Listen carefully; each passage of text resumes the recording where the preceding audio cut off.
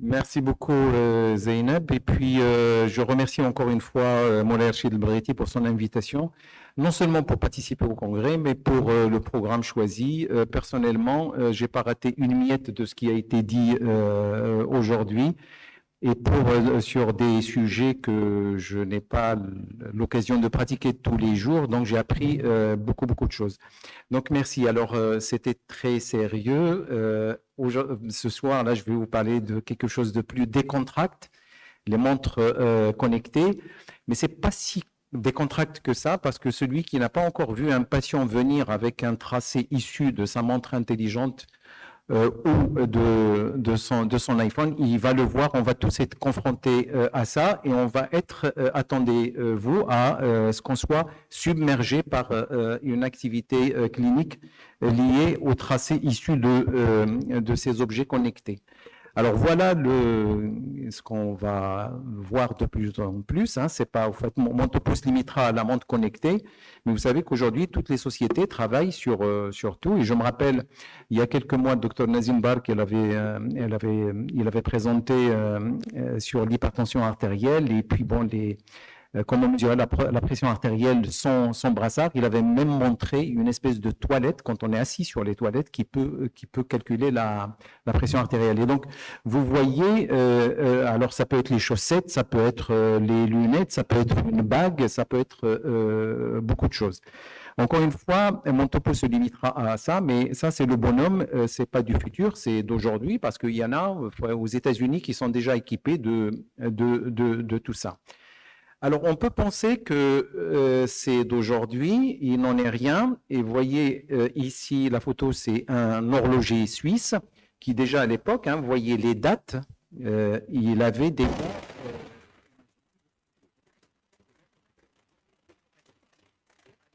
Quand vous regardez cette montre en particulier, elle était recommandée et ça encourageait les patients à faire de l'activité physique parce que ça calculait le nombre de pas. Et c'est le premier chronomètre imaginé par celui-là, par cet horloger suisse, qui avait également inventé la première montre automatique. Donc, c'est pas de maintenant que datent les montres connectées, c'est il y a très longtemps. Et voyez ici comment ont évolué les choses. Le premier podomètre à cette date-là. Et puis ensuite, il y a eu un bon moment sans rien. Et puis on a eu les premières machines EECG, c'est au début des années 1900. 1960, on a eu les Holter. 1980, on a eu les enregistreurs d'événements. Puis les ECG les électrodes sans câble. Et puis, le début des années 2000, c'est là où on a pu commencer à voir les montres. Live Core, c'est un algorithme qui se trouve dans un smartphone et qui a permis l'enregistrement du premier tracé électrocardiographique. Et 2018, c'était l'année où l'Apple Watch a explosé. Et vous voyez là les premiers Holter, juste pour situer d'où est-ce qu'on est parti. Et ça, c'est pas très ancien, ça c'est 1960. C'est Holter lui-même, Norman J. Holter, c'est lui. C'est pas un médecin, c'est un physicien et c'est un chimiste, donc qui a travaillé sur l'enregistrement continu de l'électrocardiogramme. Et vous voyez à quoi ressemblait un Holter dans le passé, c'est ça. C'est une énorme machine qui faisait à peu près 40 kilos et qui était portée sur le dos. Rapidement, il avait compris que pour le patient, c'est quand même pas la solution. Et donc, il a ensuite inventé ça. Et vous reconnaissez les cassettes vidéo, vous vous souvenez, avec le film là, qu'on n'utilise plus. Tout est sur puce électronique maintenant. Voici les nouveaux Holter, avec une miniaturisation extraordinaire pour arriver au patch. Il y en a de toutes les sortes. Ils marchent tout aussi bien et ils donnent des qualités de tracé qui sont juste extraordinaires. Alors, je parle de Cardia Mobile. Hein. C'était le premier tracé électrocardiographique obtenu avec un iPhone. Il suffit d'avoir ces deux électrodes-là. Vous posez vos doigts de la main droite ici, le doigt de la main gauche de ce côté. C'est comme si vous avez posé sur deux électrodes. Et donc, ça constitue, comme c'est entre le bras droit et le bras gauche, bah, vous avez une authentique dérivation D1 que vous voyez là et qui est extrêmement fiable. Ça donne des tracés de ce genre, on voit bien les ondes de P, on peut reconnaître les artefacts, etc. La qualité est juste extraordinaire. Alors, quand vous êtes riche et vous voulez vous équiper d'une paire d'électrodes supplémentaires que vous posez soit sur le genou gauche ou sur la cheville gauche, vous reconstituez le triangle d'Eindhoven et vous allez avoir un tracé de ce type ou de ce type, c'est-à-dire les 6 dérivations des membres. Et vous appréciez, comme moi, la qualité du tracé, elle est juste assez bluffante. Alors, ce tracé, il vous donne, surtout, ils ont tous été construits avec un algorithme qui sait reconnaître la fibrillation atriale. Donc, la montre vous dit si vous êtes en fibrillation atriale ou le rythme est sinusal, ou alors elle n'arrive pas à lire le tracé parce que beaucoup d'artefacts. Voilà le type de rapport. On vous donne l'heure, la fréquence cardiaque, la durée de l'événement, et puis la possibilité d'une fibrillation atriale. Alors, l'étude a été faite avec le Cardia Mobile en 2017, dépistage de fibrillation atriale chez des patients de plus de 65 ans ayant un Schatzvask score qui est élevé, plus de 2, et qui n'avaient aucun épisode de FA qui avait été enregistré. Donc, ils les ont randomisés, un groupe Cardia Mobile, donc avec le téléphone, et un groupe prise en charge routinière. Et vous voyez, ça parle, le graphe parle de lui-même. On a dépisté 4 fois plus de FA avec le téléphone connecté. Et donc, bien évidemment, comme le Schatzvask était élevé, ça a conduit à instituer un traitement anticoagulant sans perdre du temps. Donc, il est évident, le rôle du Cardia Mobile, c'est le dépistage de l'AFA, évaluer les palpitations. Ça permet, quand le patient se plaint de palpitations et son téléphone ne lui montre rien, c'est quelque part rassurant. Évaluer l'efficacité des traitements antiarythmiques. La stratégie Pill in Pocket trouve vraiment tout son intérêt. Vous avez des patients qui font de l'AFA vraiment 2-3 fois par an. Et donc, à ce moment-là, on leur prescrit, ils peuvent se gérer eux-mêmes. Hein. On leur dit, surveillez votre tracé, puisqu'ils vous donnent le diagnostic rythme sinusal ou FA. On leur prescrit la pilule qu'il faut, ils se surveillent. On peut même mesurer l'intervalle QT, étant donné la qualité du tracé qu'on a obtenu. J'arrive maintenant, donc, au fait, c'est dans l'histoire, tout a commencé avec le téléphone et j'arrive aux montres. Donc, une ribambelle de montres et il faut vraiment celui qui veut s'équiper. J'ai fait tout à l'heure un dépistage visuel comme ça. Il y en a pas mal qui sont équipés avec de belles montres. Et donc, tout le monde, j'imagine, a déjà enregistré son propre électrocardiogramme. Et au fait, il y a une rivalité entre toutes ces marques. En gros, pour retenir comment ça marche, ces montres-là, on va les séparer en 2 groupes. Il y a le groupe de montres qui sont basées sur un système électrocardiographique, un système électrique qui repose sur des électrodes. Alors, notamment l'Apple Watch, cette montre-là, derrière, il y a une véritable électrode qui est posée sur la peau. Et donc, la deuxième électrode, parce que pour construire une dérivation, on a besoin de 2 électrodes. Donc, la deuxième électrode, c'est le bouton digital qui est là. Donc, si j'appuie sur le bouton et ma montre est appliquée sur ma main, j'ai créé une dérivation D1. Donc, c'est comme ça que ça marche. Et c'était le même principe avec le Cardia Mobile. Et il y a les montres qui ont vu le jour depuis très longtemps. Ça repose sur le principe de la pulsoximétrie. Hein, lorsqu'on prend la saturation en oxygène de quelqu'un, c'est exactement la même chose. Au fait, c'est la montre derrière qui envoie une lumière qui traverse un vaisseau sanguin. Et donc, le volume vaisseau sanguin, comme il est pulsatile, cette lumière verte est réfractée sur un détecteur qui va traduire ça sous forme de graphe. Et ils ne se sont pas trompés dans les toutes dernières recommandations. Ce n'est pas des recommandations, c'est un position paper, donc c'est l'avis d'experts. Et ils ont classé effectivement ça, soit des montres qui utilisent la photoplétismographie, le PPG, vous allez entendre parler de ça, ou alors des montres qui reposent sur un principe électrique. Alors pour faire la différence, ici encore une fois l'Apple Watch, 2 électrodes, une sur le derrière et le bouton digital, on appuie, ça enregistre un tracé comme ça, c'est vraiment tout bête. Et puis la photoplétismographie, c'est la montre qui envoie des rayons qui se réfractent et le détecteur, il traduit ça sous forme de cette courbe-là. Et vous voyez, la qualité, elle est extraordinaire. Et toutes les études, aujourd'hui, on a changé, ça repose sur l'électricité, mais avant, c'était tous photoplétismographie. Alors, le summum, c'est la montre qui combine les 2 technologies, la photoplétismographie et le CG. Donc, il faut bien choisir, savoir choisir sa montre. Et c'est pour ça que vous avez ça, que vous pouvez récupérer. Je ne me rappelle plus si j'ai mis la référence, peut-être pas. Et donc, vous voyez, les montres qui reposent exclusivement sur une donnée photoplétismographie, avec lesquelles vous ne pouvez pas avoir d'électrocardiogramme.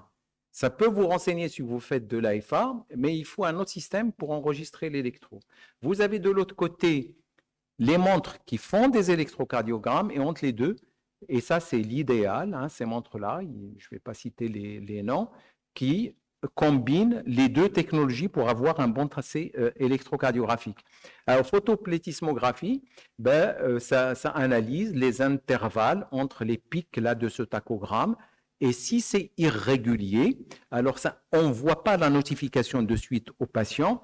Il faut 5 intervalles réguliers sur 6. En orange, ici, c'est les intervalles irréguliers. Et à ce moment-là, la montre se dit, j'ai 5 intervalles irréguliers sur 6. Il y a quelque chose qui se passe. Probablement, le patient est en train de faire fibrillation atriale et on lui envoie une notification de ce type. Et voyez le type de notification que reçoit le patient. On lui dit, vous êtes probablement en train de faire une fibrillation atriale. L'étape suivante, si vous avez une montre qui associe les 2 technologies, merci d'enregistrer un tracé électrocardiographique en appuyant sur le bouton digital. Et voyez l'intérêt de combiner les 2. Alors, vous pouvez me dire que c'est juste un tracé, une seule dérivation avec l'Apple Watch, mais regardez, c'est d'une simplicité biblique pour avoir jusqu'à un ECG 12 dérivations. Et on a des collègues qui se sont amusés à faire ça. Je peux vous dire que la qualité du tracé est vraiment très bluffante. Au fait, c'est un jeu d'enfant parce que, comme je vous ai dit, pour avoir une dérivation, il faut 2 électrodes. Donc, j'ai le doigt et l'électrode qui est située derrière. J'utilise ma main droite et le poignet gauche, j'ai D1. Et je me balade ici dans la partie basse de l'abdomen ou les jambes, dans les cuisses, tantôt avec le bras droit, tantôt avec le bras gauche pour avoir D2 et D3. Et puis ici, je me balade sur la poitrine comme ça, V1, V2, V3, toujours avec le doigt sur le bouton digital. Et vous avez votre tracé 12 dérivations. Les études avec ce système, il y en a eu un paquet et vous regardez ce que ça a englobé comme patient. L'étude Apple Heart Study, plus de 420 000 participants.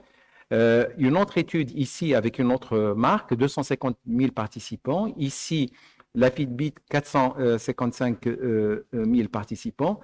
Tous, ils ont démontré une excellente faisabilité de la détection de la fibrillation atriale avec une valeur prédictive positive qui avoisine les 100%.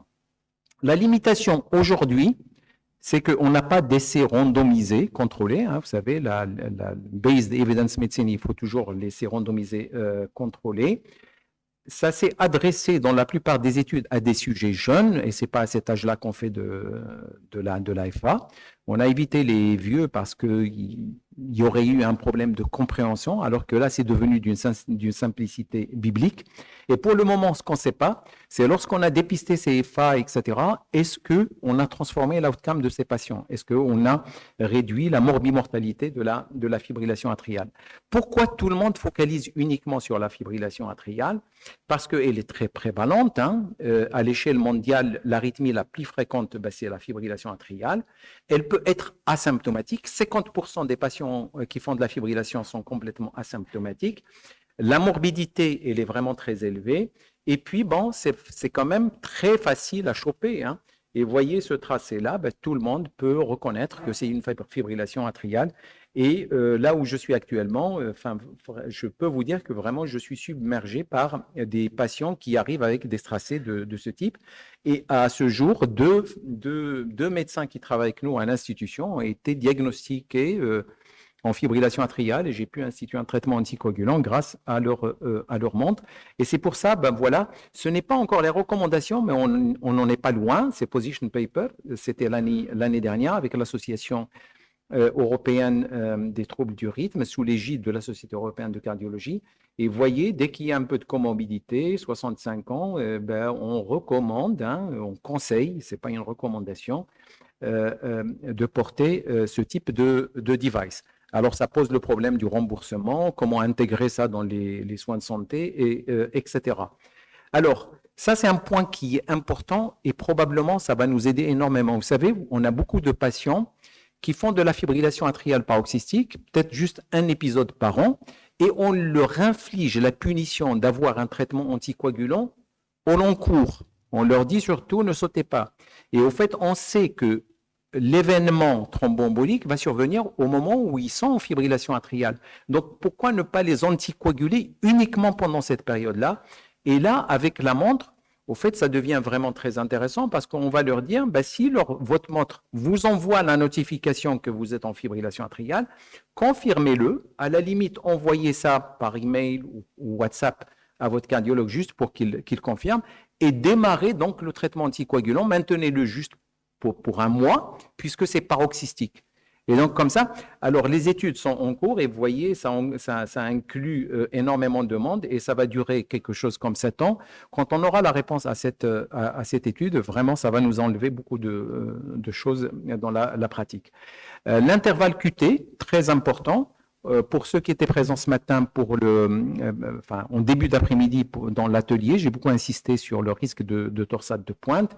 Et effectivement, ben, les patients que vous mettez sous sotalol, ben, vous pouvez juste leur demander de vous faxer un tracé électrocardiographique et mesurer le QT. Donc, on voit que cette Apple Watch, elle a été comparée de plus en plus au couteau de l'armée suisse, hein, qui est un couteau multifonction. Elle vous donne le temps qu'il va faire demain, elle vous donne le Siri avec l'accès à Google ou autre, le WhatsApp, enfin tout le reste, et votre dépense calorique, le podomètre, ainsi de suite. Et maintenant, elle vous donne l'électrocardiogramme. Donc, c'est le résumé de ce que je viens de dire. Je passe au cas clinique, et c'est là vraiment où vous allez voir l'intérêt de la montre. Voici un patient qui se plaignait beaucoup de palpitations début et fin brusques. Et puis, ben, comme chaque fois, les holters n'avaient rien montré, jusqu'au jour où, avec le cardiamobile, finalement, ben, il chope. Alors, c'était photoplétismographie, donc pas de possibilité de l'ECG. Et donc, voyez ce point rouge, il nous dit qu'effectivement, il a fait un accès tachycardique dépassant les 180 par minute. Et donc, ben, finalement, on s'est intéressé, on lui a mis un holter un peu longue durée, et finalement, il s'est avéré qu'il avait un Wolff-Parkinson-White intermittent, et on lui a ablaté sa voie accessoire en se basant sur le diagnostic amené par l'Apple Watch. Voici un autre patient qui se plaignait de palpitations. C'est toujours la même histoire. Le holter ne montre rien. Il s'équipe d'un Apple Watch sur notre recommandation, et voyez, ben, finalement, les palpitations, quand il y a on fait une correspondance entre ce que le patient présente et ce que la montre enregistre. Et vous voyez, à ce moment-là, il présentait des palpitations. Et donc, vous voyez, il y a une hyperstabilité atriale qu'on ne peut pas rater. Il y a un autre patient, là, il y a une hyperstabilité ventriculaire qui avait conduit à bilanter ce monsieur, comme on le ferait pour n'importe quel ESV qui est découverte. Voici un autre patient qui est 48 ans, un sportif, et qui n'avait pas au début l'Apple Watch, il avait le Garmin, vous savez, ces ceintures qu'on mettait sur la poitrine pour calculer notre fréquence cardiaque, si on court, si on fait du marathon, du vélo, n'importe.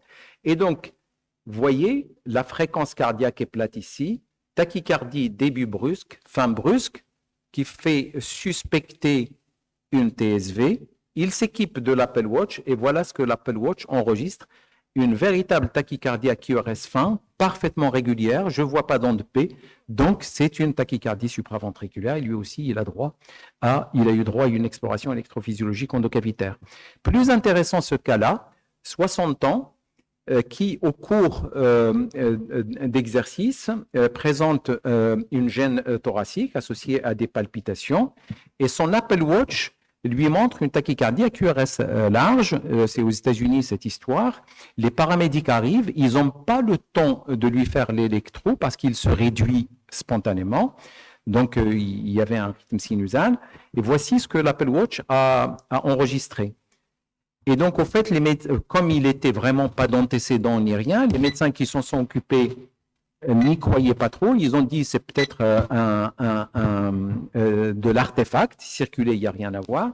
Et finalement, quand ils ont regardé son tracé de base, vous voyez, ils ont des ondes de T négatives ici en antéroseptal et des ondes de T négatives en inférieur avec des extrasystoles avec axe supérieur. Tout ceci est très suggestif d'une dysplasie rythmogène du VD. Et donc, l'IRM cardiaque a été faite. L'article est publié sur une grosse revue de rythmologie il y a 3 ans. Et donc, il s'est avéré qu'il avait une authentique dysplasie rythmogène du VD. Il a eu droit à l'exploration électrophysiologique endocavitaire. Et donc, la carte voltage qui a permis de définir les zones dysplasiques. Voici la TV qui a été induite au cours de l'exploration électrophysiologique. Et donc, la TV a été ablatée. Il a eu droit à un défibrillateur. Tout ça, c'est grâce à l'Apple Watch.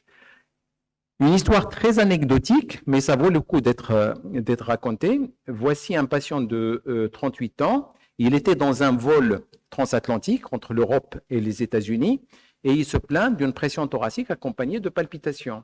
Un médecin urgentiste se trouvait à bord de l'avion. Et donc, le médecin urgentiste avait l'Apple Watch et il l'a mis au patient. Et voilà ce qu'il trouve dans le vol, tout ça. Donc, pareil, une tachycardie régulière, QRS fin, pas d'onde P, très typique d'une tachycardie supraventriculaire. Un autre passager dans l'avion avait du métoprolol avec lui. Et il a accepté de partager un peu de son métoprolol avec le patient à la demande du médecin, parce que c'est le médecin qui a fait l'appel dans l'avion, disant est-ce que quelqu'un a un médicament bradycardisant. Et donc, voici ce qui se passe.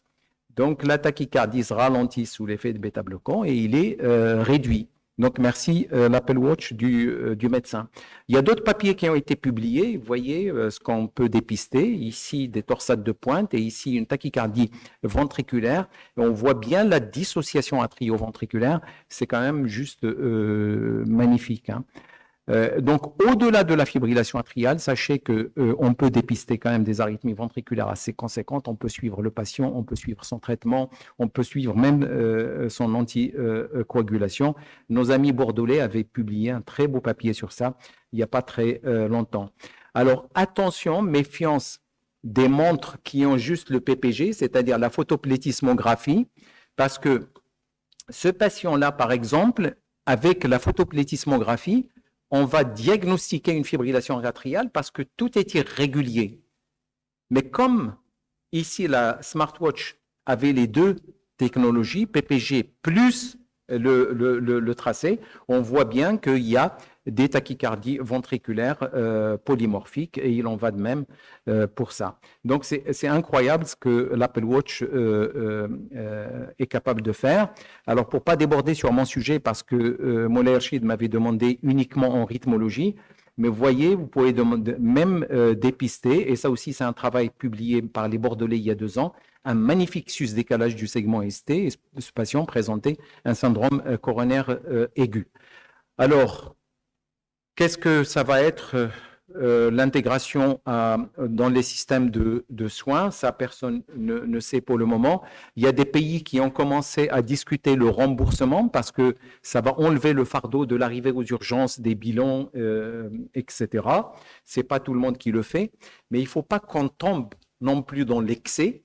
Et ça, c'est une histoire vraie que vous pouvez retrouver dans le New York Times. Parce que les sapeurs-pompiers, les services d'urgence, etc., aux États-Unis, sont submergés par des demandes farfelues avec des messages qui arrivent sur la montre des patients, tel que ce patient qui dit « ma montre me dit que je suis mort, qu'est-ce que je dois faire ?» Et au fait, la montre avait enregistré une espèce d'asystolie, et donc ça a été envoyé au 911, hein, vous savez, le 911, c'est... Et donc les services d'urgence commencent à se plaindre. Il ne faut pas qu'on tombe non plus dans le farfelu. Tout ceci pour vous dire que l'époque où c'était le médecin qui se rendait au chevet du patient, au domicile du patient, ça je pense que c'est oublié, hein. Les jeunes d'aujourd'hui vont connaître autre chose. Dans le système de santé, ben voici le patient est là, c'est une consultation épisodique, ben ça va être continu. Et donc, on va recevoir des embêtements continus. C'était, on réagissait. Là, on va être proactif puisqu'on va nous amener le diagnostic. C'est l'établissement de soins qui s'occupait de ça, ben, mais maintenant, ça va être centré sur le patient.